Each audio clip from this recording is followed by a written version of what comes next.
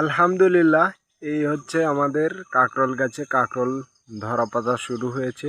দেখুন কাকরোলের কড়িগুলা সবে মাত্র ছোট, আর কাকরোলের জাংলাটাও এখনো ভরে নাই, কারণ কিছুদিন হলেই কাকরোল চাষ করা হয়েছে। তো গাছে গাছে ফুল আসছে কেবলে। তো দেখুন বৃষ্টির কারণে জমিটা নিড়ানি দেওয়ার কথা ছিল, কিন্তু বৃষ্টির কারণে মাটিটা নরম, তাই আর নিড়ানো দেওয়া হয় নাই।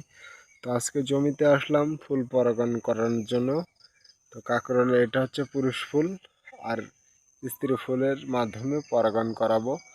দেখায় আপনাদেরকে একটু স্ত্রী ফুলটা। আমার হাতে দেখছেন একটু ফুল, এটা হচ্ছে পুরুষ ফুল। পুরুষ ফুলের নিচের অংশটা দেখবেন, আর এবার দেখবেন আপনারা স্ত্রী ফুল। স্ত্রী ফুলের নিচে দেখেন যে কাকরোলের কিছু অংশ আছে।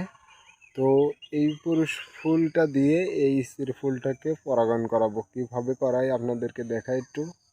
তো আমি এখন স্ত্রী ফুলটার পাপড়িগুলো ফেলে দেবো আগে। তো যেহেতু আমার ক্যামেরাম্যান নেই, সেক্ষেত্রে আমি একা একা ভিডিওগুলো তৈরি করছি।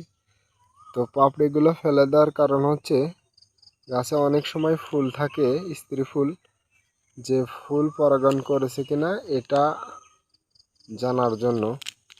তো এই যে আমি এখন পুরুষ ফুলটা ভাজিয়ে নিলাম। এই দেখেন এর মাথায় রং আছে কিন্তু, দেখতে পাচ্ছেন।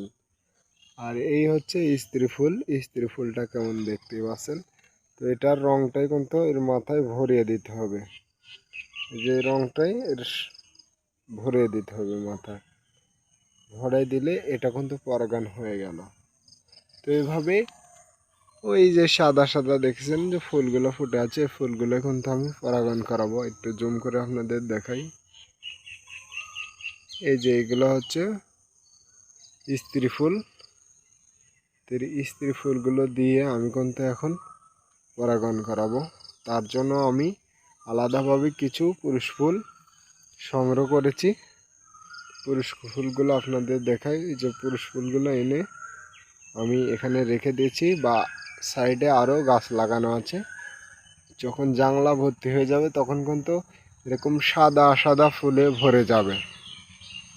তখন সেক্ষেত্রে আমি পুরুষ ফুলগুলো এনে পরাগায়ন করিয়ে দেব।